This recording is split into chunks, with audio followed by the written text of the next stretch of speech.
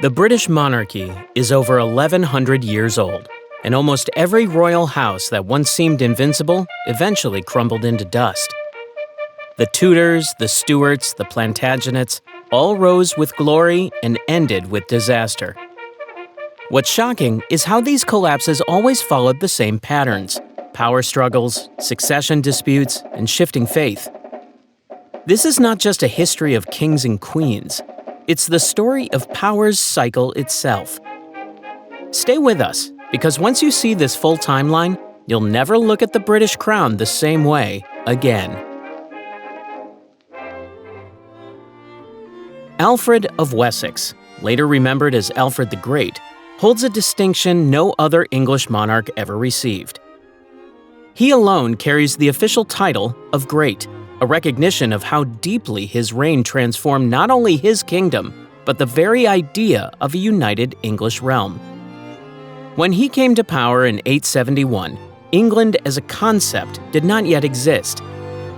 Instead, the land was divided into separate Anglo-Saxon kingdoms, and each faced a constant, violent threat: Viking armies that struck with sudden raids and growing ambition. Chief among these invaders was the force later called the Great Heathen Army, a coalition of warriors from across Scandinavia who set their sights on conquering the island outright. Alfred's challenge was existential. Wessex, his own kingdom, was the last major stronghold left, and if it fell, the Anglo-Saxon world may have disappeared completely. His strategy against these Viking assaults was not simply on the battlefield, but through planning and organization. He also began building a small fleet, early predecessors of the Royal Navy, to meet Viking longboats at sea. He established fortified towns known as burhs, strategically placed to protect surrounding farmland and populations. These were not just temporary strongholds. They were carefully designed defensive outposts connected through roads so men and supplies could move quickly in times of crisis. This system allowed Wessex to withstand attacks that had previously overwhelmed individual settlements. In a sense, Alfred constructed an early defensive network that made possible the survival of his people. But defense alone could not ensure long-term survival. Alfred also realized that unity required more than walls and weapons. He placed significant energy into education and literacy. At a time when Latin texts carried most of Europe's scholarship, Alfred promoted translations into Old English, ensuring that knowledge was available more broadly. He personally took part in this work, helping to preserve and spread learning in a period many considered darkened by war. His emphasis on education linked political stability to shared culture and understanding, slowly shaping a more coherent English identity. Alongside these cultural reforms were his efforts in law. Alfred codified rules and legal standards, drawing partly from earlier codes and partly from his own vision of justice. These laws reinforced order across his territory, reducing reliance on arbitrary rule and providing a framework that could hold together a society often fractured by feuds and shifting loyalties. His leadership gave subjects a sense that the king embodied not only military command, but also fairness and order. And despite the weight of these accomplishments, Alfred also left behind human stories, like the enduring tale of him burning cakes while hiding in a peasant's home, unaware of the food he was meant to guard. These details remind us that even a figure called Great lived through moments of humility. His reign ended in 899, but he has since been remembered as the father of the English nation, laying the foundation for the kingdom that others would inherit. Æthelstan, the grandson of Alfred the Great, is often described as the first true king of a unified England. His reign, beginning in 924, brought together the various Anglo-Saxon and Celtic kingdoms under one rule in a way no predecessor had managed. For the first time, the authority of one monarch stretched across lands that had long been fractured by local power and regional identity. This was not simply symbolic, it was enforced on the battlefield, most famously at the Battle of Brunanburh in 937, where Æthelstan's army defeated a coalition of Scots, Norse, and Britons. The victory was decisive and secured his place as an overlord of an emerging English realm. Chroniclers of the time recorded Brunanburh as a moment of national significance, seen even centuries later as a defining clash in early English history. Beyond warfare, Æthelstan positioned his kingship as both political leadership and spiritual guardianship. Monastic reform took deeper root, with monasteries not only preserving learning, but providing crucial administrative functions. These centers of faith helped project the idea of a Christian kingdom rather than a loose collection of warlord territories. His court reflected this ambition as well. It became one of the most cosmopolitan courts in Europe, attracting guests from Scandinavia, continental Europe, and even the Byzantine Empire. Such exchanges emphasized the international presence of the English crown at a time when its cohesion was still quite fragile. The kings that followed reinforced and often expanded the central authority Æthelstan began. By the mid-10th and 11th centuries, royal charters became an important tool, granting lands, privileges, or rights while also asserting the king's supremacy over local magnates. The legal system continued to develop, providing more consistency in a society that once depended largely on local custom. Royal power at this stage still balanced negotiation with force, but the slow trend towards centralization was unmistakable. Governance was no longer just about martial power, but about laws, records, and administrative order, making the king not only a military head, but a ruler with authority in law and administration. It was under Edward the Confessor, who reigned between 1042 and 1066, that the pious reputation of the monarchy became most visible. Edward, remembered as deeply religious, left such a spiritual impression that he was eventually canonized as a saint, one of the very few kings of England honored in this way. His reign also revealed how fragile dynastic lines could be. With no direct heirs, he relied heavily on advisors and forged close ties with Normandy, where he had spent much of his youth. These Norman connections would later shape the succession crisis following his death. When Edward died in 1066, Eden's fragile balance broke. The absence of an undisputed heir opened the way for competing claims, not only from within England, but also across the Channel. The year 1066 began with a succession crisis. Edward the Confessor, the English king, left no heir, and his death opened the throne to competing claims. Harold Godwinson, a powerful English noble, was chosen by the local assembly, but two rivals challenged him. One was Harald Hardrada of Norway, and the other was William, Duke of Normandy.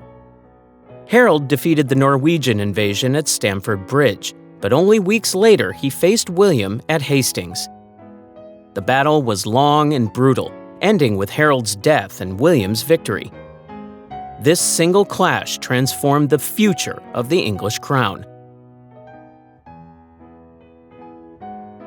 William, later called the Conqueror, reshaped England in ways no previous invader had managed. He stripped the Anglo-Saxon nobility of their estates and replaced them with loyal Norman lords. Within a short time, the ruling elite spoke French rather than Old English, and landholding was recognized to ensure fidelity to the crown. Power became centralized under a feudal system, where every estate tied back to William directly or through his nobles. To enforce this rule, he ordered the building of hundreds of motte and bailey castles across the countryside. These wooden and stone fortresses were placed strategically near towns and rivers, serving both as military strongholds and constant reminders of Norman authority. Among them stood the Tower of London, a symbol of dominance that has remained central to English history ever since. In 1086, William oversaw the completion of the Domesday Book, a survey of extraordinary detail that recorded who held what land and how much it was worth. Nothing comparable existed anywhere in Europe, and its scale was unmatched for centuries to come. Every village, field, and piece of livestock that could be counted was put into its pages. Such comprehensiveness led one historian to claim that not even an ox escaped. The Domesday Book gave the king unprecedented control over taxation and resources, and it remains one of the most remarkable administrative achievements in the medieval world. William's death brought his son William II to the throne. Known as William Rufus, he reigned for 13 years but died suddenly during a hunt in the New Forest in 1100. The cause of his death remains unclear, whether accident or assassination, but his younger brother Henry seized the crown immediately. Henry I proved an efficient ruler. He established tighter controls over administration and finances, creating a royal treasury at Winchester and introducing the exchequer, which monitored income and expenditure more systematically than before. His reign improved stability after the turbulence of Conquest. When King Henry I died in 1135, his line of succession had already been thrown into turmoil by the tragedy of the White Ship disaster 15 years earlier. His only legitimate son had drowned in that wreck, leaving his daughter Matilda as the rightful heir. Henry made the barons swear loyalty to her, but when the crown became vacant, many of those same men turned their support to Stephen of Blois, Henry's nephew. Stephen's swift move to seize the throne marked the beginning of a long and bitter civil conflict that historians later called the Anarchy. The clash between Stephen and Matilda quickly spiraled into a struggle that undermined all central authority. Armies moved back and forth across the kingdom, allegiances shifted constantly, and neither side gained lasting supremacy. Contemporary chroniclers wrote darkly of this breakdown, claiming that during these years, Christ and his saints slept. That phrase captured a sense of despair as law and order collapsed in ways the kingdom had not seen for generations. One of the most visible signs of this unrest was the sudden rise of private strongholds. Lords and barons, sensing the weakness of royal power, built castles without permission and used them to dominate local populations. From these fortifications, many acted as robber barons, taxing, extorting, and plundering at will. For common people, it was a time of banditry on a national scale, where there was little recourse to justice, and survival meant enduring whichever warlord happened to control the area. In 1141, Matilda seemed at last close to victory. Her forces captured Stephen at the Battle of Lincoln, and with the king a prisoner, she marched into London. But her triumph was short-lived. Anger at her high-handed behavior and the heavy demands placed on citizens drove the people of London to rise against her, forcing her to flee the city. Within months, Stephen was free again, and the war returned to stalemate. Despite repeated campaigns, neither claimant managed to secure a permanent resolution. Years of drawn-out conflict left the countryside scarred and exhausted. Yet out of this impasse came an agreement that shaped the monarchy's future. In 1153, the Treaty of Wallingford recognized Stephen as king for the remainder of his life, but, crucially, it ensured that Matilda's son Henry would succeed him. This compromise brought the fighting to an end the following year, when Henry became Henry II, the first of the Angevin kings. In hindsight, the Anarchy stands out for a remarkable fact. It was one of the few times in medieval England when a woman came so near to wearing the crown outright, centuries before Elizabeth I. And amid the chaos, stories circulated of Matilda's resourcefulness, including her daring escape from Oxford Castle, when she crossed a frozen river in the dead of winter, disguised in white to blend in with the snow. Henry II came to the throne in 1154 after years of disorder during the Anarchy. His inheritance was vast, reaching far beyond England itself. Through claims in his own right and through his marriage to Eleanor of Aquitaine, he controlled territories stretching across western France, from Normandy in the north to the rich lands of Aquitaine in the south. This dominion was so broad that he ruled more French land than the King of France. Historians later called it the Angevin Empire, though it was never a unified nation in the way England would become. It was a patchwork of lands held together by the authority of the king and the loyalty of local nobles. Henry's ambitions were not only territorial. He sought to strengthen royal power at home through major legal reforms. Under his rule, the English system of common law began to take form. Instead of relying purely on local custom or the decisions of individual lords, his courts developed practices that were applied consistently across the realm. One crucial change was the use of juries, where groups of local men were asked to give evidence under oath. These developments created a foundation for the English legal tradition that would endure for centuries. Once a close friend and advisor, Becket resisted Henry's attempts to control the church's authority. Their rivalry dragged on for years until, in 1170, Becket was murdered inside Canterbury Cathedral by knights who believed they were serving the king's will. The public shock was immense. Henry was forced into penance, including a ritual where he entered Canterbury barefoot and allowed monks to whip him in atonement. Henry's efforts to expand his influence were undermined by strife within his own family. His sons, led by the future Richard the Lionheart and joined at times by Geoffrey and John, rebelled against him more than once, sometimes encouraged by their mother Eleanor. These rebellions drained his reign of stability and left fractures that shaped the succession to come.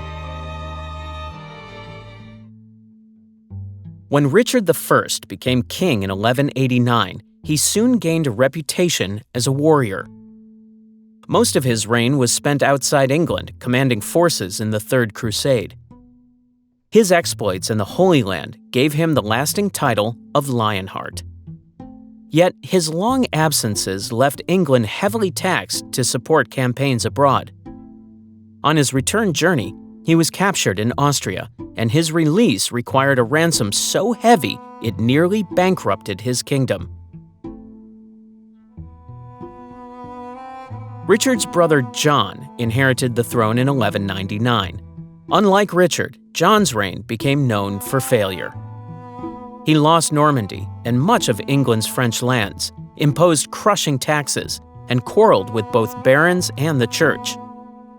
By 1215, his barons forced him to agree to the Magna Carta, a charter that limited the king's power and guaranteed certain rights.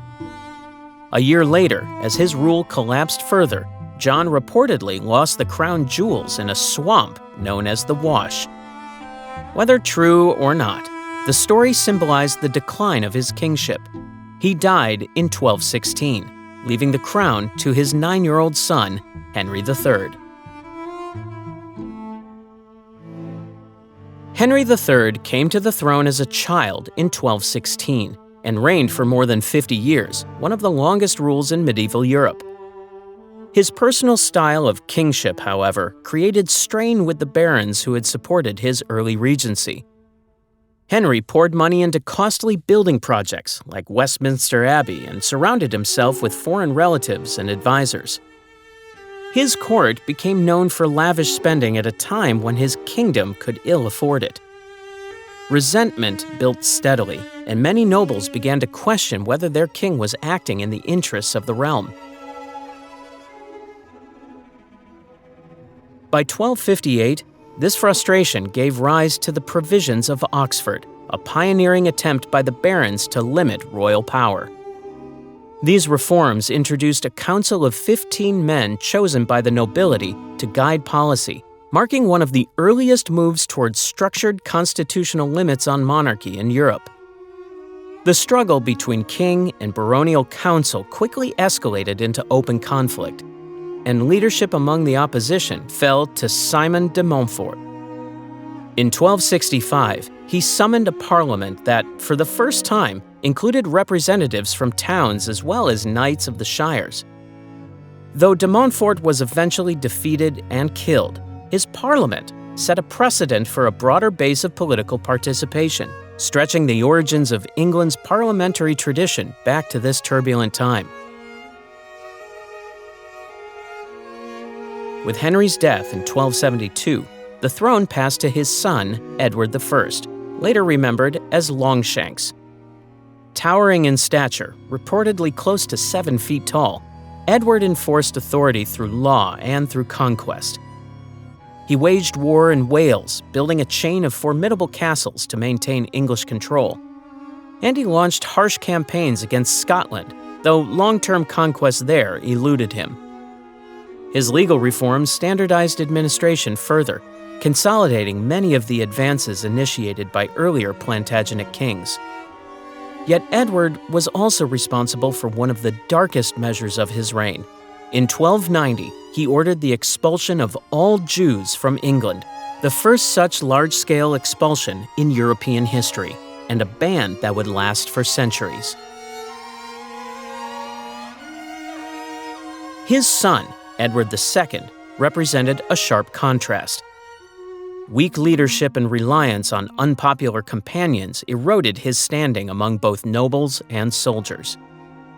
The disaster at Bannockburn in 1314, where Scottish forces under Robert the Bruce crushed the English army, marked the low point of his reign.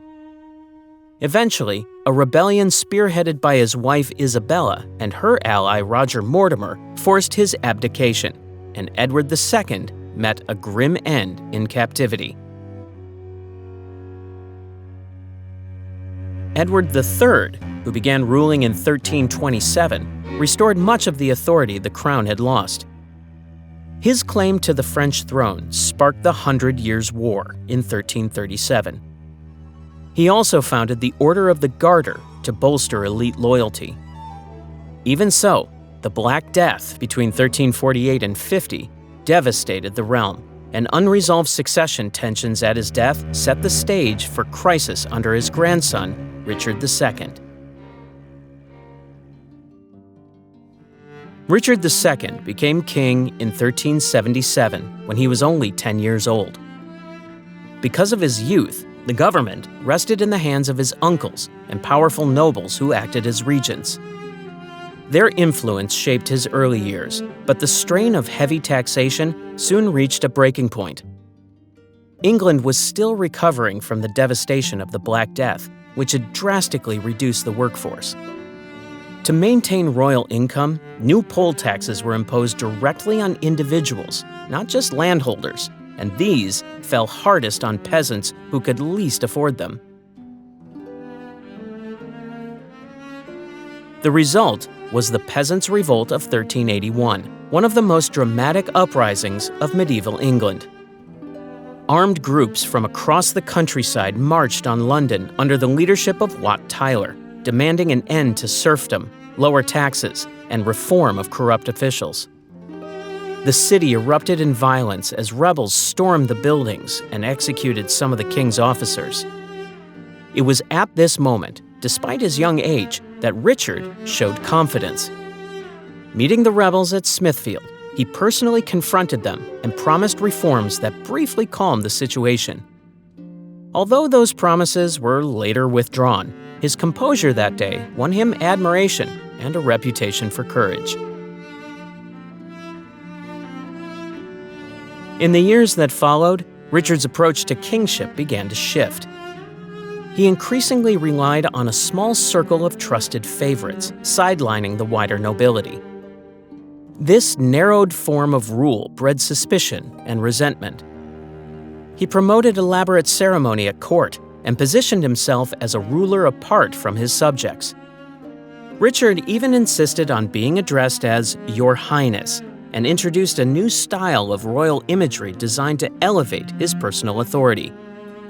These changes highlighted his belief in the divine right of kings, a principle that clashed with the expectation of many nobles who saw themselves as partners in government. Richard's relationship with the aristocracy deteriorated further through disputes over land, income, and punishment. The most dangerous conflict came with Henry Bolingbroke, the son of John of Gaunt. When Bolingbroke challenged the crown's decisions, Richard first sent him into exile and then took the more drastic step of disinheriting him. By stripping a powerful noble of his rightful lands, Richard provoked opposition that turned into open rebellion. In 1399, Bolingbroke returned to England with support from leading barons. Richard was captured without much resistance, forced to renounce the crown, and imprisoned. His death followed soon after under uncertain circumstances, with suspicion that he was either murdered or left to starve. Richard's downfall marked a turning point. His reign deeply unsettled ideas about kingship. On one hand, he advanced the use of personal propaganda and emphasized divine right. On the other, his deposition demonstrated that a king could be removed if his rule lost legitimacy. With Henry Bolingbroke's coronation as Henry IV, the crown passed to the House of Lancaster, beginning a new chapter of dynastic struggle. Henry IV began his reign in 1399 after forcing his cousin Richard II to abdicate. The act gave him the crown, but left his position uncertain, since many considered the usurpation unlawful. Rebellion followed almost immediately. One of the most significant came from Henry Hotspur Percy, a former ally who turned against him. The uprising ended at the Battle of Shrewsbury in 1403, where the king fought personally and narrowly escaped death. Although Henry emerged victorious, challenges to his legitimacy did not end. Ongoing unrest, combined with recurring health problems that left him fatigued and disfigured, meant his rule was always unstable. The Lancastrian line never shook off the shadow of how it first gained power.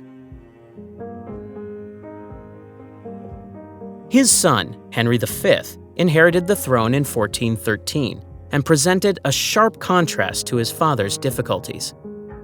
From the beginning, he focused on reasserting authority both at home and abroad. The defining moment came in 1415 at the Battle of Agincourt, fought against a much larger French army. English archers played a decisive role, cutting down waves of advancing knights and securing a victory that became legendary. Agincourt was followed by an extended campaign that brought fresh triumphs. In 1420, Henry forced the Treaty of Troyes, which granted him recognition as heir to the French throne and regent of France. This agreement effectively disinherited the Dauphin, son of the French king, and elevated Henry's prestige to new heights. Yet his life was cut short in 1422 when he died at only 35, leaving an infant son as his successor. Henry VI inherited the throne before his first birthday, meaning governance passed into the hands of regents and nobles. The fragile arrangement could not preserve his father's achievements abroad. Over the next decades, English forces lost swaths of territory in France, including nearly all holdings apart from Calais. At home, Henry's gentle and passive temperament left power slipping into the hands of competing factions. As an adult, His mental health deteriorated, and he suffered from bouts of catatonia that left him unable to rule. For months at a time, he could not speak or recognize those around him. In these periods, rival noble families fought for influence, most notably the houses of Lancaster and York. Edward IV first claimed the throne in 1461 after defeating the Lancastrian forces of Henry VI, ending years of instability under a king whose bouts of illness had left him unable to govern. Edward's victory at Towton was especially brutal, one of the bloodiest battles ever fought on English soil, and it established Yorkist dominance. His rise marked a new phase in the long conflict known as the Wars of the Roses. But the question of legitimacy was far from settled. Henry VI still lived, and those loyal to Lancaster continued to resist. What followed was decades of struggle in which the crown changed hands multiple times, reflecting just how fragile royal authority had become. The conflict between York and Lancaster played out in a cycle of depositions and restorations. Edward's early reign was interrupted in 1470 when a rebellion supported by Richard Neville, the powerful Earl of Warwick, briefly restored Henry VI to the throne. But Edward returned within a year and re-established himself as king after decisive victories, securing Lancaster's decline. Warwick fell in battle, Henry's only son died at Tewkesbury, and Henry himself was quickly dead in confinement. Yorkist control now seemed secure, though divisions at court still simmered beneath the surface. One major source of contention was Edward's secret marriage to Elizabeth Woodville in 1464. Elizabeth was a widow from a Lancastrian household, and her elevation brought her large family into court politics. Many established nobles resented this sudden rise of the Woodville clan, seeing them as rivals who commandeered royal favor. The resulting tensions weakened Edward's ability to maintain unity, and suspicion of his queen's relatives never disappeared. When Edward died suddenly in 1483, his eldest son, Edward V, was only 12 years old. The boy's short reign became controversial almost immediately. He and his younger brother were placed in the Tower of London, where both vanished from recorded history. Popular memory regards them as the princes in the Tower, and their disappearance remains one of the most debated mysteries of English history. Their uncle, Richard, Duke of Gloucester, declared their birth illegitimate, seized the crown as Richard III, and promised reforms that won him initial support. Richard's reign, however, quickly soured. He faced rebellion, suspicion over the fate of his nephews, and growing discontent. In 1485, his rule ended at the Battle of Bosworth Field, when Henry Tudor's army defeated him decisively. Richard was killed on the battlefield, making him the last English king to die in combat. Centuries later, in 2012, his remains were discovered beneath a car park in Leicester, an extraordinary reminder of how his reign ended. Edward IV, by contrast, was remembered for his towering stature and charismatic presence, reputedly the tallest English king until the 20th century.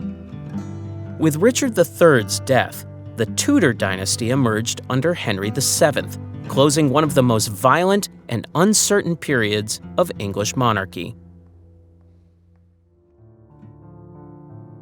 Henry Tudor's defeat of Richard III at the Battle of Bosworth Field in 1485 ended decades of civil conflict that had torn England apart.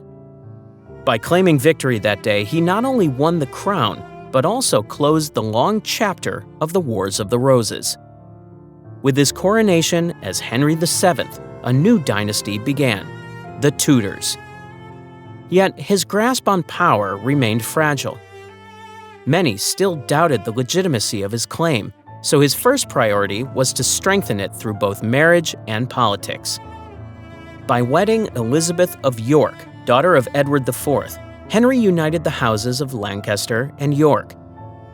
This union symbolized the end of the dynastic struggle that had drained the kingdom for generations. Henry's reign emphasized caution and calculation. He understood that England could not withstand another prolonged war between rival claimants, so he worked methodically to secure authority. His attention turned to restoring the monarchy's finances and building stability. Previous rulers had left the crown heavily indebted, but Henry managed the royal treasury with care, collecting taxes and enforcing fines. By the end of his reign, the crown's wealth had become one of the largest in English history, a striking contrast to the debt-ridden monarchy that had preceded him and the financial problems his successors would later face. One of Henry's central methods for controlling the nobility was the use of bonds and recognizances. These were legal agreements that forced nobles to pledge large sums as guarantees of loyalty. Failure to comply could ruin even the wealthiest lords. To many, this seemed oppressive, but to Henry, it was a necessary tool for weakening overmighty subjects who had grown accustomed to challenging royal authority. To enforce these measures, he also relied on the court of the Star Chamber, a body able to try powerful lords who would normally evade justice in traditional courts. Both innovations reinforced the image of a king who placed security of the throne above all else. Henry pursued alliances with Europe's great powers through carefully arranged marriages. His eldest son Arthur was betrothed to Catherine of Aragon, daughter of the Spanish monarchs Ferdinand and Isabella. This match tied England to Spain, a rising force on the continental stage, and signaled Henry's intent to establish his dynasty firmly within European politics. But tragedy struck in 1502 when the 15-year-old Arthur died suddenly, leaving the king's second son, Henry, as heir. That single event altered the dynasty's future and paved the way for one of England's most famous kings. Henry VII also understood the importance of symbolism. He introduced the red Tudor rose as a powerful emblem representing unity between Lancaster and York. The image spread across coins, buildings, and royal documents, a constant reminder that his authority rested on reconciliation as well as conquest. When Henry died in 1509, he left behind peace, strong finances, and a young heir, conditions that enabled the dramatic age of Henry VIII that followed. When Henry VIII came to the throne in 1509, he appeared to be the very image of the Renaissance ruler. Tall, athletic, and well-educated, he spoke multiple languages, studied theology, and enjoyed showcasing himself as both warrior and intellectual. He took pride in tournaments where he shone as a skilled jouster, and he also composed music, even writing court songs that became popular in his lifetime. His charm and charisma won him admiration at home and recognition abroad. Many hoped his reign would mark a golden age of stability and strength, following the cautious but frugal government of his father, Henry VII. Very early in his reign, however, the question of succession began to define his rule. His marriage to Catherine of Aragon, the widow of his older brother Arthur, seemed at first a strong alliance. But after years of marriage, the couple failed to produce a surviving male heir. They did have a daughter, Mary, but Henry became increasingly fixated on the idea that only a son could secure the Tudor line. By the 1520s, Catherine was beyond childbearing years, and Henry began to obsess over an annulment, convinced their marriage was invalid in God's eyes because she had been married to his brother. When the Pope refused to grant the annulment, Henry pursued a solution that reshaped the realm. Rejecting papal authority, he engineered a break with Rome and established himself as the head of the new Church of England. This act of supremacy in 1534 placed both religious doctrine and church wealth directly under his control.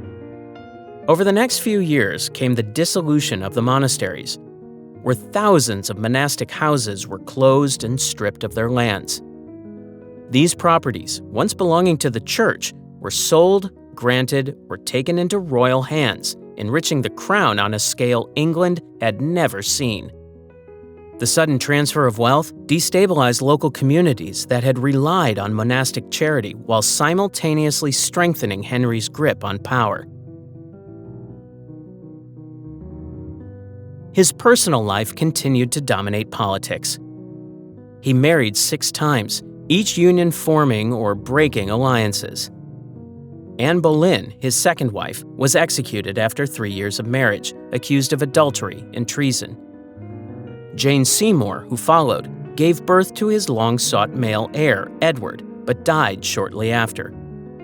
Future marriages only added to the turbulence, proving costly to both his wives and his court. Behind these changes stood ambitious advisors: Cardinal Thomas Wolsey, statesman Thomas More, and reformist Thomas Cromwell. Each rose quickly but eventually fell dramatically when they no longer served his purposes.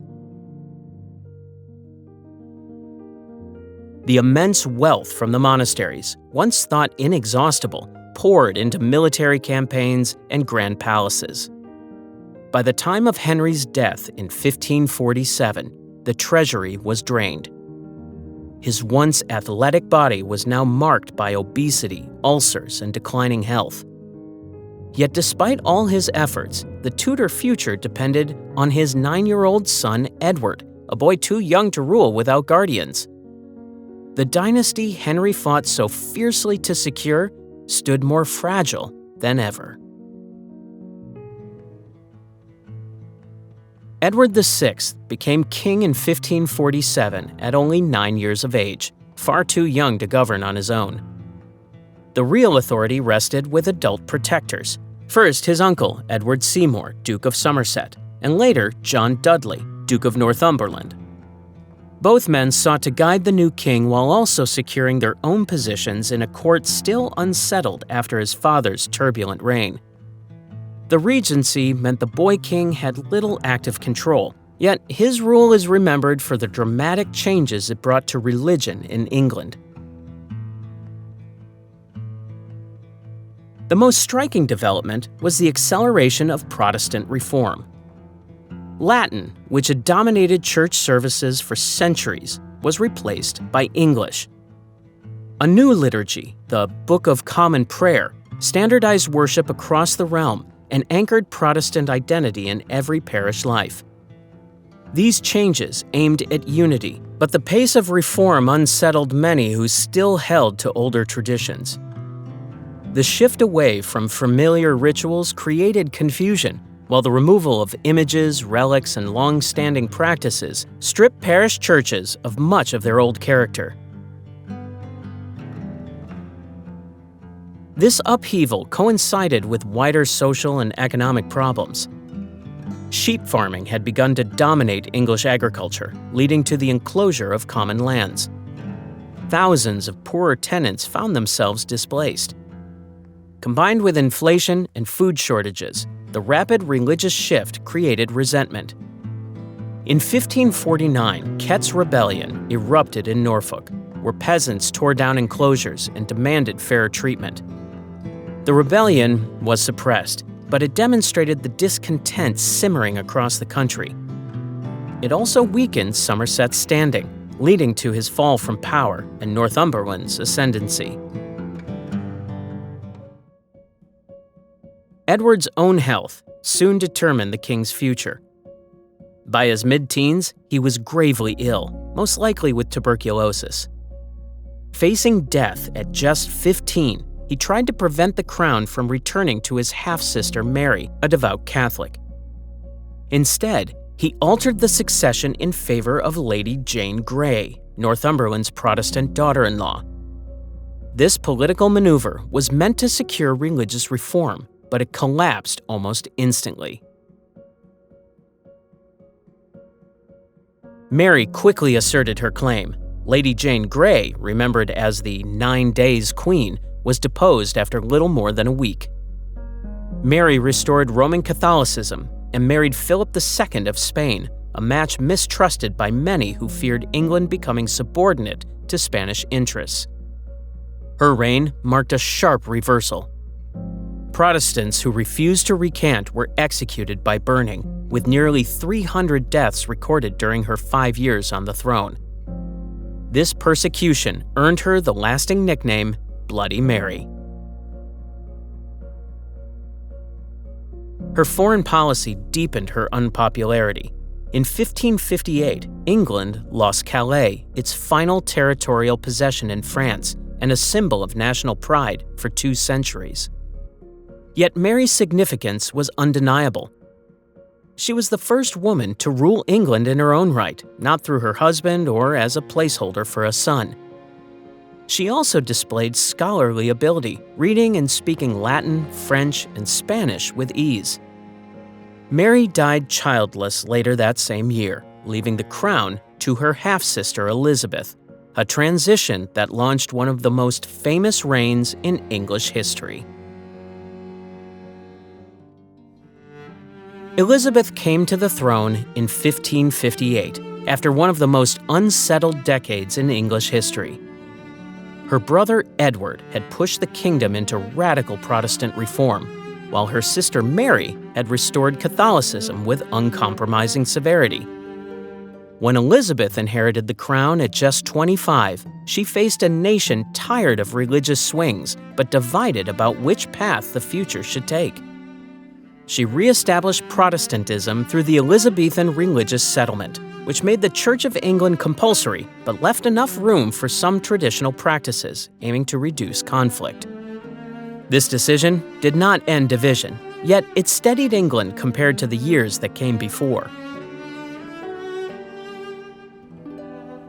As a woman ruling in a male-dominated world, Elizabeth understood the dangers of marriage and the expectations of both her court and foreign powers. Instead of committing to a husband who might dominate her authority, she adopted the image of the Virgin Queen. By presenting herself as a ruler married only to her nation, she avoided binding alliances that could weaken her independence. At the same time, this image became a tool of propaganda, a symbol of purity and strength that courtiers celebrated in pageantry and poets praised in verse. Her unmarried status generated endless speculation, but it also allowed her to maintain unrivaled control over her throne. In foreign affairs, Elizabeth pursued caution while never appearing weak. She often delayed decisive action, weighing the risks of war with Spain or France while providing discreet support to Protestant movements on the continent, such as the Dutch revolt against Spanish rule. Her policies sometimes frustrated allies who wanted stronger military intervention, but they preserved English resources while reinforcing her authority. One of her greatest domestic challenges was Mary, Queen of Scots. Mary's claim to the English crown made her the focus of Catholic plots and a potential figurehead for rebellion. After years of imprisonment, Elizabeth reluctantly allowed her execution in 1587, faced with undeniable evidence of her cousin's involvement in conspiracies against her. The following year, England endured its most famous trial. Spain launched the Armada in 1588, sending hundreds of ships to escort an invasion force across the Channel. English naval tactics, unfavorable weather, and Spanish logistical failures combined to give Elizabeth a decisive victory. The defeat of the Armada became a turning point, signaling England's emergence as a formidable naval power and offering Elizabeth an enduring legacy of triumph in the face of overwhelming odds. Elizabeth's reign also witnessed cultural flowering. London's theaters thrived with the works by Shakespeare, Marlowe, and others, while explorers like Francis Drake carried English influence across the globe through voyages of trade and plunder. Beyond politics and war, Elizabeth herself embodied Renaissance ideals, speaking 6 languages fluently and even composing her own speeches to Parliament. Her court life employed spectacle deliberately. Lavish gowns, dazzling jewelry, and choreographed rituals projected a sense of majesty that bolstered her power as much as armies or ships. She ruled for 44 years, but in 1603, Elizabeth died childless, ending the Tudor dynasty. The crown passed to her cousin, James VI of Scotland, uniting 2 realms under one monarch for the first time. In 1603, Elizabeth I's death without children ended the Tudor dynasty and passed the English crown to her cousin, James VI of Scotland. He became James I of England, creating what was called the Union of the Crowns. For the first time, England and Scotland shared a monarch. This was not a full unification, as both kingdoms kept their laws, traditions, and parliaments. Instead, it was a personal union, with one king ruling over 2 separate states. The arrangement gave James authority across a larger realm, but it also brought new challenges, since both nations shared him but not a common government. James arrived to high expectations. Many hoped that his reign would bring stability after Elizabeth's long rule. Yet conflict with Parliament arose almost immediately because of his belief in the divine right of kings. He considered his authority a gift from God and assumed no earthly body could restrain it. This clashed with members of Parliament who believed the king's powers should be guided by counsel and limited by law. These disagreements did not erupt into outright conflict during his reign, but the tension never disappeared. Religious divisions also carried forward. Catholics had suffered discrimination since Henry VIII's break with Rome, and many hoped James would soften the laws. Instead, disappointment turned to anger, and in 1605, some men sought a violent solution. Robert Catesby and a group of conspirators, including Guy Fawkes, planned to destroy the king and Parliament by setting explosives beneath the House of Lords. Their failed attempt, remembered as the Gunpowder Plot, led to severe crackdowns on Catholics and reinforced suspicion toward them for generations. At the same time, James tried to cement his image as a peacemaker. He ended the long-standing war with Spain and generally avoided plunging England into continental conflicts, even as the 30 Years' War consumed much of Europe. His most enduring achievement was cultural rather than military. In 1611, the King James Bible was published. It was not the first translation into English, but it was written with remarkable precision and rhythm.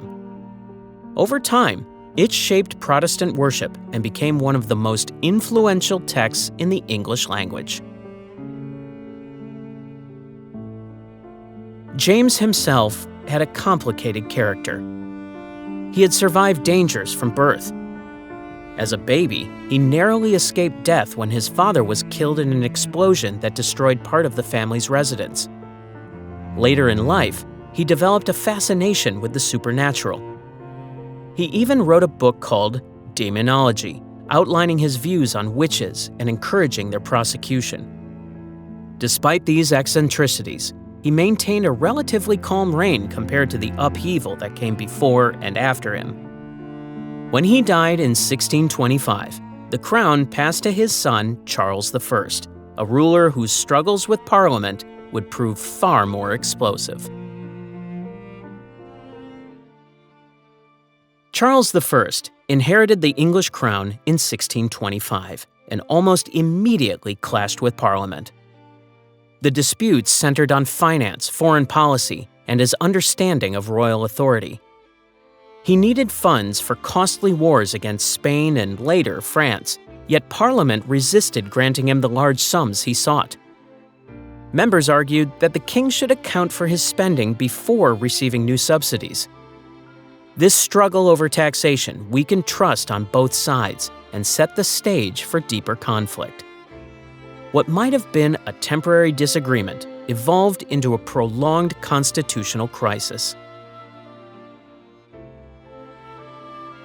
Charles's belief in the divine right of kings only widened the divide. He held the conviction that his authority came directly from God and was therefore beyond challenge. When the Commons pressed for restrictions on his power, he responded by dissolving Parliament. After 1629, he took the extraordinary step of governing without it altogether. For 11 years, he ruled alone, known as the personal rule. This period allowed him to operate through royal decrees and alternative taxation methods such as ship money.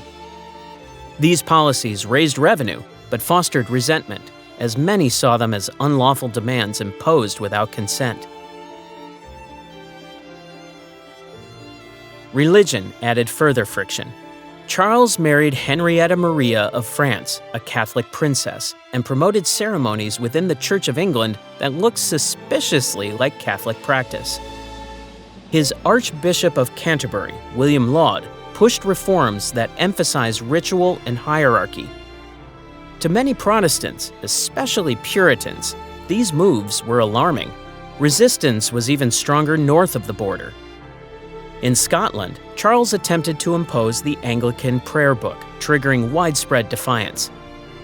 The Bishops' Wars, from 1639 to 1640, shattered his 11-year personal rule and compelled a recall of Parliament for money. Reconciliation proved impossible.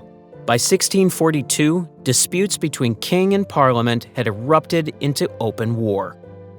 Supporters of the monarchy, known as royalists or cavaliers, rallied to defend traditional authority. Their opponents, the parliamentarians or roundheads, fought for parliamentary rights and deeper religious reform. The conflict soon spread across England, shattering local communities and families. As the struggle continued, new figures emerged. Among them was Oliver Cromwell, whose disciplined leadership and religious conviction helped create the new model army. Unlike the old feudal levies, this force was structured around merit rather than noble birth. It became the decisive weapon of Parliament, defeating the king's forces in a series of battles. Charles was eventually captured, but even in custody he sought advantage, entering secret talks with different factions in the hope of regaining the upper hand. Parliament saw these double dealings as an unforgivable betrayal. In 1649, after trial and conviction, Charles became the first and only English monarch to be executed by his own subjects for treason. Determined to project dignity, he wore 2 shirts to the scaffold on a cold January morning so no one would mistake his shivering for fear. With his death, the monarchy was abolished and an English republic declared under parliamentary authority, though it would face its own struggles almost immediately. The execution of Charles I in 1649 shocked Europe and left England without a king for the first time in its history. In place of monarchy, Parliament declared the nation a republic, calling it the Commonwealth. At first, the new regime promised that power would rest in the hands of elected representatives. In practice, control shifted rapidly between different factions, with the army emerging as the real force behind political authority. This instability allowed Oliver Cromwell, a skilled commander during the Civil Wars, to rise from soldier to the most powerful figure in England. By 1653, Cromwell dismissed the ineffective Parliament and assumed the role of Lord Protector. He refused the crown when some supporters offered it, claiming he had fought against tyranny, but his office still gave him sweeping powers. His government was backed by the army, and his rule looked very much like military dictatorship. At home, he confronted repeated uprisings by royalists who hoped to restore the monarchy. Abroad, he led brutal campaigns in Ireland and Scotland. The storming of Drogheda in 1649 and Wexford soon after left thousands dead, remembered as some of the harshest episodes of his rule. In Scotland, resistance collapsed after defeats on the battlefield, consolidating Cromwell's authority across the British Isles. Religion shaped daily life under his government. Cromwell himself was a Puritan, and his influence strengthened the role of Protestant morality in public policy. Theaters closed, public amusements were restricted, and even Christmas celebrations were suppressed, seen as remnants of superstition rather than spiritual observance. For ordinary people, this meant tighter restrictions and a more rigid social atmosphere. At the same time, Cromwell granted more freedom to groups who had long been excluded. In 1656, the Jews were officially readmitted into England for the first time since their expulsion in 1290, an extraordinary reversal that quietly began reshaping the cultural fabric of the nation. While religious austerity defined his domestic rule, Cromwell also looked outward. He invested heavily in the Navy, transforming it into a strong and modern force.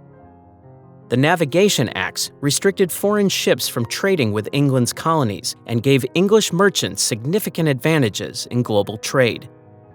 These policies sparked conflict with the Dutch, but also established the foundations of England's maritime empire. Overseas ventures in the Caribbean and North America accelerated under this program, linking commercial interest with national power in ways that echoed long beyond his reign. Cromwell himself displayed contradictions. Although he enforced strict moral codes, he enjoyed music and kept musicians in his household. Despite his image as a stern Puritan leader, he was not untouched by personal tastes and comforts. This mixture of rigidity and humanity shaped how he was remembered, both as a tyrant and as a reformer. Cromwell died in 1658, leaving the protectorate to his son Richard. Unlike his father, Richard lacked military support or political skill. Within 2 years, the structure collapsed, forcing England into further uncertainty and preparing the stage for the return of monarchy. In 1660, the monarchy returned to England after more than a decade of Republican rule. Charles II, the son of the executed Charles I, entered London in triumph after 11 years of uncertainty under the Commonwealth and Protectorate. Cheering crowds greeted him, a relieved public seeing in his return a break with civil war and military rule. Charles quickly gained a reputation as the merry monarch. The harsh austerity of Oliver Cromwell's government gave way to theaters reopening, new fashions appearing at court, and celebrations filling public spaces again. Music, entertainment, and even elaborate spectacles became symbols of his reign. This shift in tone marked a sharp cultural divide from the Puritan decades, making Charles appear not only as king, but also as a figure of release from the strict discipline of the Interregnum. Politically, he was more cautious than his father had been. Charles worked to balance his authority with Parliament's influence, careful not to repeat the mistakes that had led to civil war. Even so, religious tension proved unavoidable. England remained largely Protestant, yet Catholic sympathies persisted at court, and suspicion of Catholic influence fueled ongoing mistrust. Charles often avoided dramatic confrontations, but made compromises that left lingering doubts about his loyalty to the Protestant settlement. His reign endured crises that shaped the capital profoundly. In 1665, the Great Plague claimed tens of thousands of lives in London, the last major outbreak of bubonic plague in England. A year later came the Great Fire of London in 1666, destroying large sections of the city, including St. Paul's Cathedral and much of the medieval center. Rebuilding transformed London with wider streets and brick houses, demonstrating resilience but also forcing massive social and economic change. Amid these disasters, Charles encouraged new achievements. The Royal Society, founded in 1660, supported scientific progress and gave a platform to remarkable figures such as Robert Hooke and later, Isaac Newton. It represented a shift toward empirical inquiry and experimentation, aligning England with the wider scientific revolution sweeping across Europe. Behind the pageantry, Charles maintained foreign policies that revealed his pragmatism. In 1670, he signed the secret Treaty of Dover with France, agreeing to support Louis XIV. This included promises to declare his Catholic faith, a decision deeply controversial in a Protestant nation. His ambiguous position caused continued unease as open Catholic sympathies in the monarchy threatened to destabilize the fragile balance in England's government. Even so, the reign saw unique developments. Charles's court employed John Flamsteed as the first astronomer royal, and Greenwich Observatory was founded to aid navigation. At a more personal level, he kept pet spaniels that later gave their name to the Cavalier King Charles Spaniel, a lasting, if unusual, legacy. Charles II died in 1685, formally converting to Catholicism on his deathbed. His brother James inherited the throne, a moment that immediately stirred intense anxiety in Protestant England. James II came to the throne in 1685, but his reign immediately unearthed a long-standing fear among the English political class. Unlike his brother Charles II, who had concealed his Catholic sympathies, James practiced his Catholic faith openly and without disguise. For a country that had defined itself around Protestantism since Elizabeth's reign, this openness looked dangerous. Parliament and much of the public worried that their liberties and religion would be threatened under a Catholic monarch. James thought he could ease this suspicion by declaring broader religious tolerance, extending rights not only to Catholics, but also to Protestant dissenters who lived outside the Church of England. What he hoped would win loyalty instead backfired, as many saw it as a move to expand his own power beyond the accepted bounds of monarchy. The real crisis came 3 years later. In 1688, James's wife gave birth to a healthy son, James Francis Edward Stuart. Unlike his older daughters, Mary and Anne, both Protestants, this new child was to be raised Catholic. Until that moment, many Protestants believed that James's rule might be temporary, with the crown eventually passing peacefully to one of his daughters. The arrival of a Catholic male heir threatened to secure a Catholic dynasty for the future. Leading nobles and politicians, unwilling to accept this outcome, looked abroad for a solution.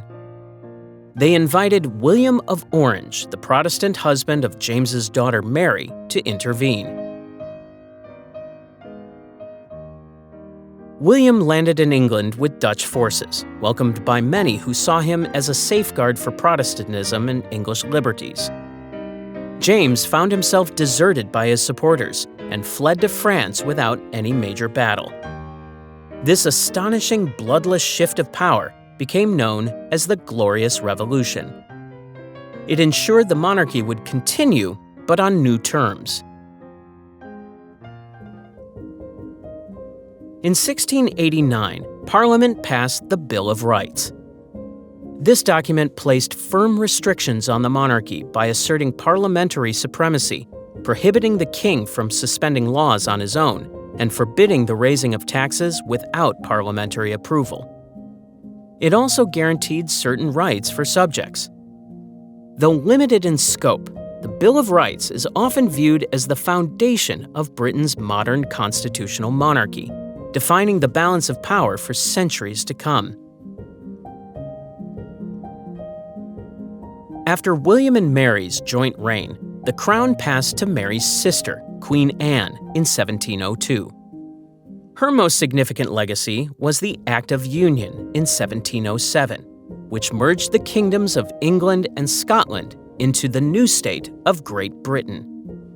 She also presided over the War of Spanish Succession, where English forces led by the Duke of Marlborough won major victories, most famously at Blenheim in 1704. Yet Anne's personal life proved tragic. She was pregnant at least 17 times, but none of her children survived to adulthood, leaving her without an heir.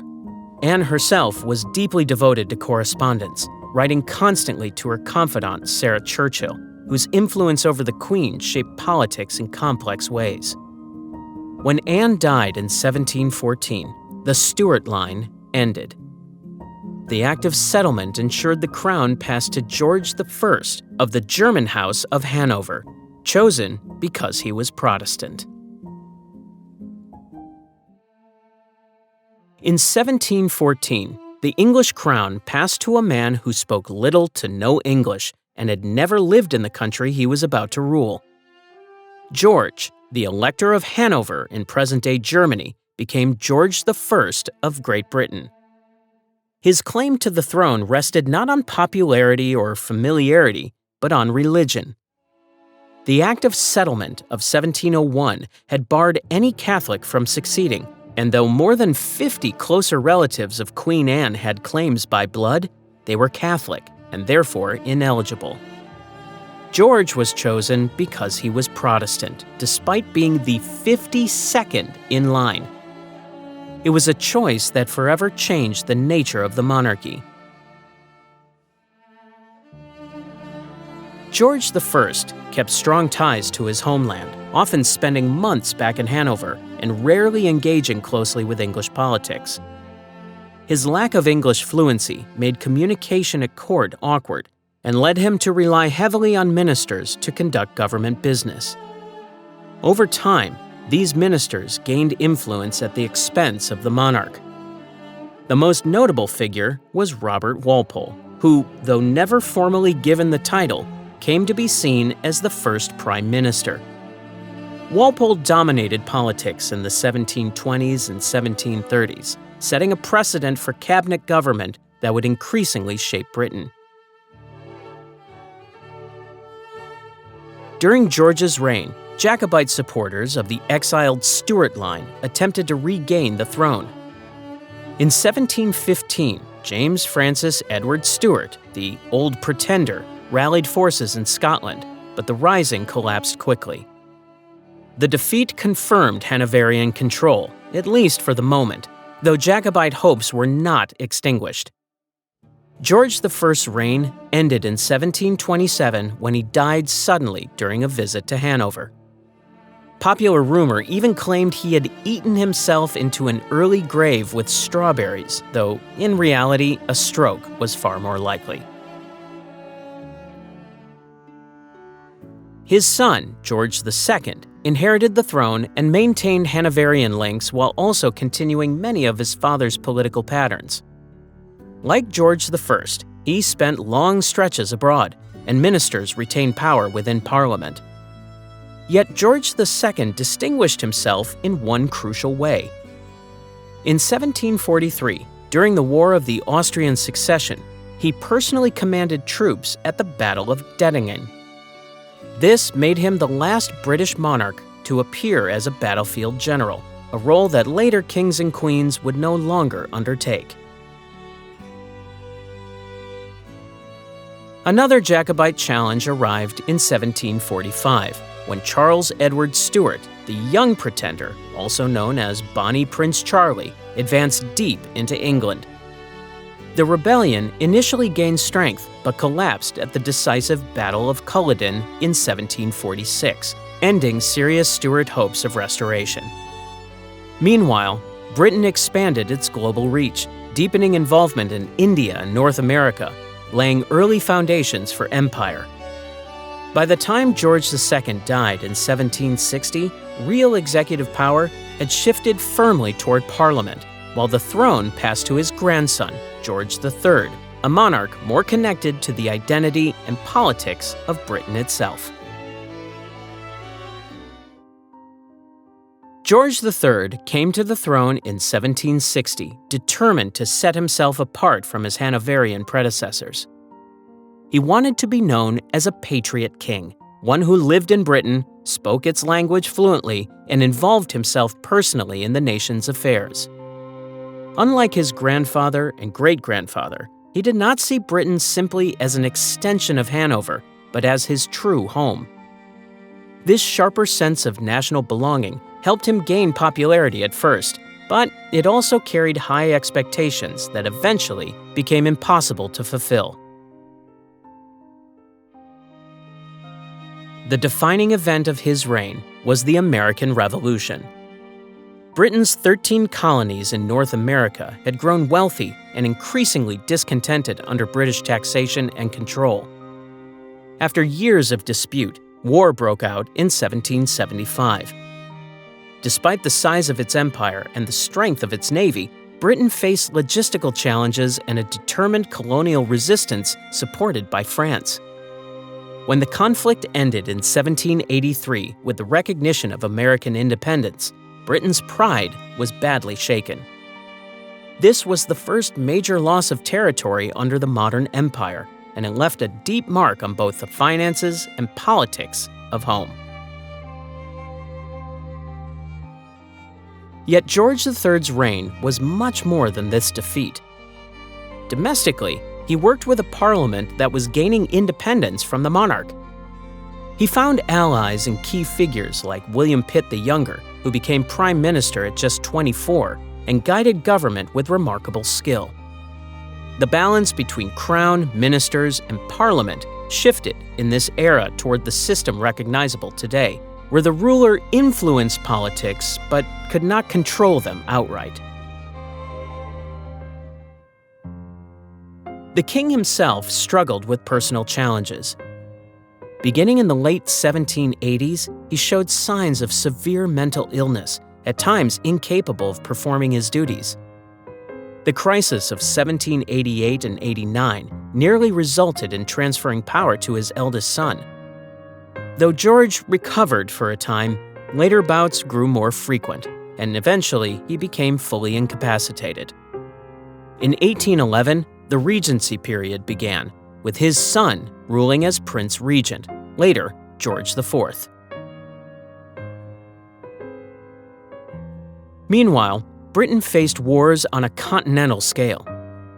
The French Revolution of 1789 destabilized Europe, and conflict soon pitted revolutionary France against Britain. These struggles expanded into the Napoleonic Wars, where British power was defined on sea and land.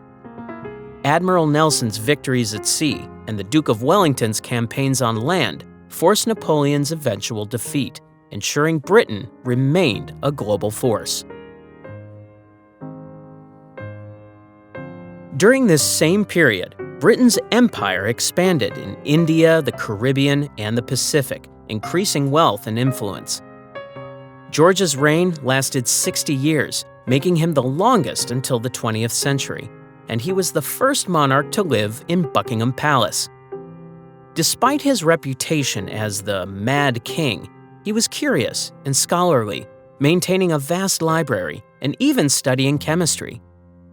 By the end of his life, blindness and illness left him isolated, while the Regency glittered with extravagance, ushering in a new phase of royal history. In 1820, George IV formally inherited the crown after years of acting as regent due to his father's illness. His reign is often remembered less for statesmanship and more for extravagance.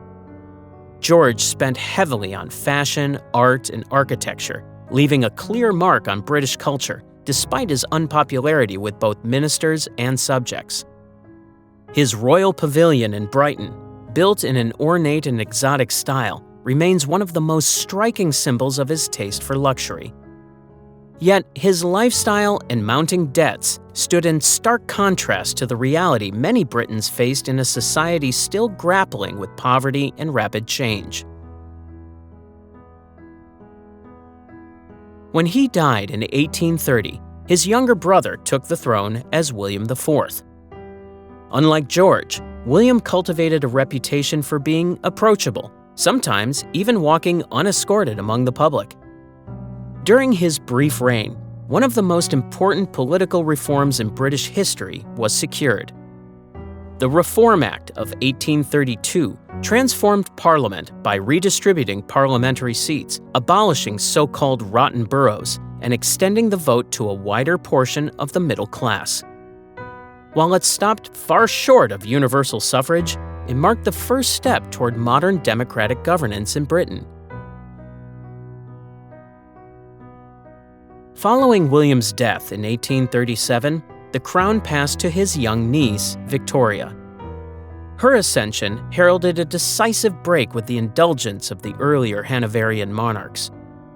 Victoria's reign came to embody restraint, morality, and duty at a time when the country was surging ahead in both industry and empire. Her rule began in an age of smoke and iron. The Industrial Revolution had already transformed Britain, and over the next 6 decades, it would bring astonishing inventions and sweeping change. Railways cut across the landscape, linking towns and cities together, while steam engines powered mills and ships. Populations shifted as families crowded into urban centers, creating both opportunity and immense social strain. Parallel to industrial change was the vast expansion of the empire. Victoria's image spread across the globe, from the Indian subcontinent to Africa and Asia, where the Union Jack flew over ever larger stretches of territory. She became a unifying symbol of Britain's power overseas. Her marriage to Prince Albert reinforced ideals of family life. Together, they set traditions that defined how the royal family presented itself, centered around stability, moral purpose, and national service. Albert promoted the arts and sciences, and Victoria leaned heavily on his advice until his early death, which left her in mourning for decades. Conflict was never absent. The Crimean War in the 1850s pitted British forces against Russia. The Indian Rebellion of 1857 revealed deep resentments of imperial rule, and later, the Boer War in South Africa strained resources and public confidence. Still, Britain projected its ambition proudly at the Great Exhibition of 1851, hosted in London's Crystal Palace, which displayed industrial and cultural achievements from across the empire. By the century's end, Victoria presided over more than 450 million subjects, 1/4 of humanity. She even survived 8 attempts on her life, calmly recording each in her journals.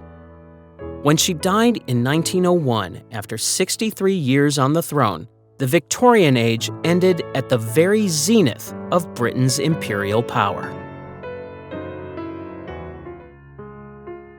When Queen Victoria died in 1901, her son Edward VII inherited not only the throne, but the expectations of a nation stepping into a new century. His reign, though short, gave its name to the Edwardian era, a period often remembered for elegance and fashion, social rituals, and the visible shift away from the morality and rigidity that marked Victoria's long rule. Edward himself had spent much of his life waiting for the crown, and once he gained it, he used his position to engage in diplomacy. One of his most important achievements came in 1904 with the Entente Cordiale, an agreement with France that eased centuries of rivalry. At a time when European politics were tipping toward conflict, these improved relations helped Britain secure key alliances that would play a role in the coming World War. The Edwardian age also reflected the pace of change in everyday life. Motor cars appeared on British roads, the first airplanes began to fly, and new artistic movements challenged traditional styles. This modernity, however, overlapped with significant unrest. The gap between wealthy elites and industrial workers widened, strikes became more common, and the women's suffrage movement gained strength as campaigners demanded rights long denied to them. The glitter of Edward's social circles existed side by side with the voices of those pushing for change. Edward's personal style also became part of his legacy. His wardrobe choices influenced men's fashion across Europe, and even today, a small notch sometimes sewn into shirt cuffs is known as the Windsor notch, a nod to his sartorial authority. Edward died in 1910, leaving the crown to his son, George V, who would face challenges far greater than his father. George's long reign, from 1910 to 1936, placed the monarchy in the midst of global upheaval. Most significant was the First World War, which not only tested Britain's resilience, but also exposed the monarchy to pressures it had never faced. Anti-German feeling ran high, and in 1917, George made the symbolic choice to change the royal family's name from the Germanic Saxe-Coburg and Gotha to Windsor. This act created a new dynastic identity that survives today. Socially, Britain itself was changing rapidly. The Labour Party became a serious political force, backed by working-class support. The suffragette movement pushed Britain closer to granting women the vote. Ireland's long struggle for independence also created major political upheaval, leading eventually to the partition of the island. The monarchy had to remain visible but politically neutral, balancing tradition with a public that increasingly viewed themselves as citizens rather than subjects. During the 1920s and 30s, crises like the General Strike of 1926 and the Global Depression put these pressures into sharper relief. To strengthen ties with the public, George made use of new technologies. In 1932, he delivered the first royal Christmas message by radio, speaking directly to millions of people in their homes. It marked an entirely new relationship between monarch and subject. George V died in 1936, leaving his son Edward VIII to inherit the throne, and with it, the storm that followed. In January 1936, Edward VIII became king following the death of his father, George V. His reign is remembered not for legislative reform or military conflict, but for a personal decision that caused a constitutional crisis. Edward had fallen in love with Wallis Simpson, an American who had been divorced once and was then in the process of a second divorce. For the Church of England, which the monarch led, this was unacceptable. The government also refused to support the marriage, fearing the implications it would have both domestically and across the empire where conservative values remained dominant. Edward, unwilling to choose between Wallis and his throne, abdicated after less than a year of rule. He became Duke of Windsor and lived much of his life in exile, leaving Britain with a king who had reigned for only 11 months. The throne then passed to his younger brother, Albert, who took the regnal name George VI. By nature reserved and plagued by a pronounced stammer, George had not been raised to expect kingship. His quiet temperament stood in stark contrast to his brother's confidence.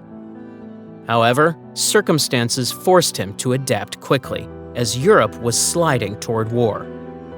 When the Second World War broke out in 1939, George VI became a central figure in sustaining national morale. He and his wife, Queen Elizabeth, refused to leave London during the Blitz, even when Buckingham Palace was bombed. They toured bomb-damaged neighborhoods, shook hands with people in shelters, and presented an image of shared sacrifice that resonated with the public. In political life, George worked closely with Winston Churchill, who became Prime Minister in 1940.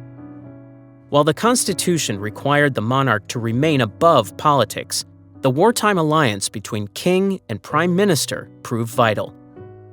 Together, they represented stability, inspiring faith during Britain's darkest years. George VI's speeches, though often difficult for him due to his speech impediment, were seen as powerful acts of solidarity. The post-war years were harder still. Britain faced rationing well into the late 1940s. Industries struggled to recover, and the expenses of empire weighed heavily. Decolonization began, most notably with India achieving independence in 1947, ending what had been called the jewel in the crown. Britain entered a new phase where global dominance began to fade, and George presided over this significant transition. In 1939, before the war, George VI had undertaken a North American tour, becoming the first reigning British monarch to visit Canada and the United States. This trip strengthened ties across the Atlantic and set a precedent for the monarchy's role in international diplomacy. Away from state duties, George pursued his hobby of stamp collecting. His collection, valued as one of the greatest in existence, remains part of the Royal Philatelic Collection today. By 1952, George was worn down by years of stress and ill health. His death at only 56 shocked many. The crown then passed unexpectedly to his daughter, Elizabeth, just 25 years old, ushering in the longest reign in British history. In 1952, Elizabeth Alexandra Mary Windsor became queen at just 25 years old after the sudden death of her father, George VI. Few monarchs had taken the throne at such a young age, and she would go on to reign longer than any of her predecessors. Her early years as queen were defined by the challenge of guiding a monarchy rooted in ancient traditions through a world that was modernizing at a speed no British ruler had ever faced before. One of the immediate shifts came with the rapid decolonization of the British Empire. Within her first decade, over 20 nations gained independence, including India, Pakistan, Ghana, and Nigeria. As Britain's role on the global stage changed, Elizabeth positioned herself not as an imperial ruler, but as a symbolic head of the Commonwealth. The monarchy itself began adapting to new forms of media under her leadership. Her coronation in 1953 was the first to be televised, watched by millions across the world, and it set a precedent for royal events being broadcast directly into people's homes. Over the decades, television and later the internet would place the monarchy under constant public scrutiny, but also gave Elizabeth the opportunity to appear visible and accessible in ways her predecessors had never experienced. Her reign coincided with periods of crisis and transition for Britain. In 1956, the Suez Crisis exposed the decline of Britain's imperial dominance and strained its relationship with allies. Through such challenges, Elizabeth continued to serve as a source of stability, carefully maintaining her political neutrality while embodying continuity at a time when world affairs grew increasingly unpredictable. Her position endured not only wars and political upheaval, but also personal and public trials. The 1990s were especially turbulent, with royal divorces dominating headlines and the widespread criticism following the death of Princess Diana in 1997. Despite such setbacks, Elizabeth worked steadily to modernize the family's image, streamlining its finances and reshaping public expectations of what the monarchy represented. Her dedication to service never wavered.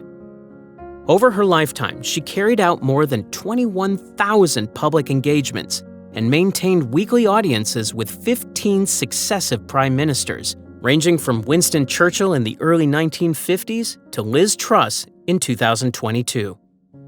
Her longevity gave her a role few in history have matched, witness to the Cold War, the space age, the digital revolution, and the turn of a new millennium. By length of reign, 70 years and 214 days, she surpassed every monarch in British history, including Queen Victoria in 2015. Her personal willingness to engage with technology is less well known. In 1976, at an army base, she sent her first email, decades before the internet became common in households. Elizabeth II died in September 2022, her passing marked by a global outpouring of respect, and the throne passed without disruption to her son, Charles III. In September 2022, after more than 70 years under Elizabeth II, Britain experienced its first change of monarch in living memory. Charles III, the eldest son of the late Queen, ascended the throne at the age of 73, making him the oldest monarch to begin a reign in British history. His transition to kingship came at a delicate moment.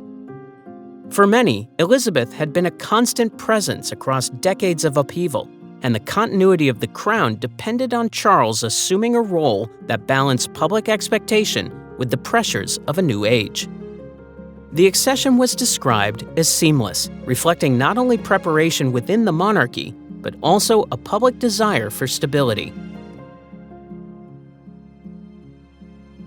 In 2023, his formal coronation took place in Westminster Abbey, a ceremony steeped in tradition yet adapted for a modern audience. The service incorporated interfaith elements, recognizing Britain's religious diversity, and emphasized themes of environmental stewardship.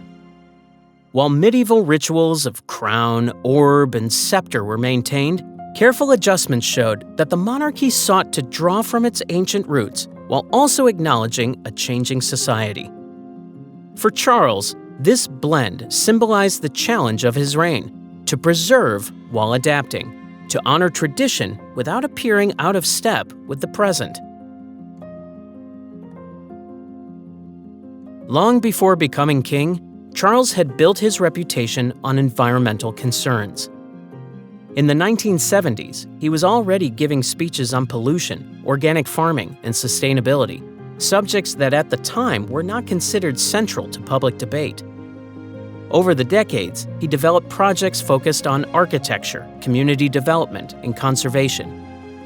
This legacy now shapes how he has positioned his monarchy, often highlighting climate action at official events and reframing it as a moral duty for future generations.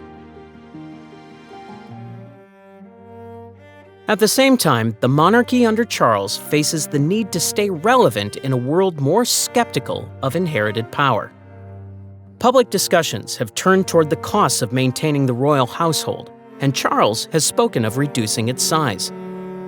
Yet even as he works to streamline operations, the institution still contends with recurring controversies, amplified by constant media attention. Debate about whether the monarchy should remain central to British life remains part of the background of his reign. Outside Britain, the future of the crown is also under question. Republican movements in Australia, Jamaica, and Canada have gained visibility, and some governments have suggested referendums on whether to keep the monarch as head of state.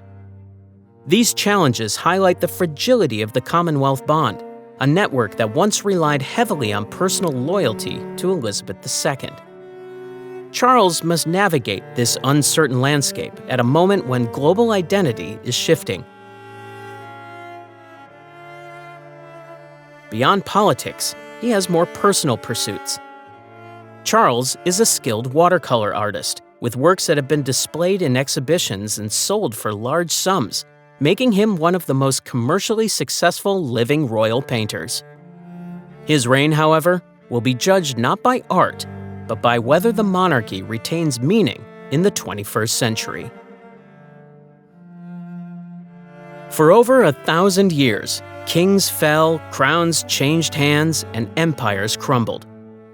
Yet the monarchy endured. Power shifted, but the institution adapted, surviving war, revolution, and reform. To study the monarchy is to see how authority evolves without ever truly disappearing.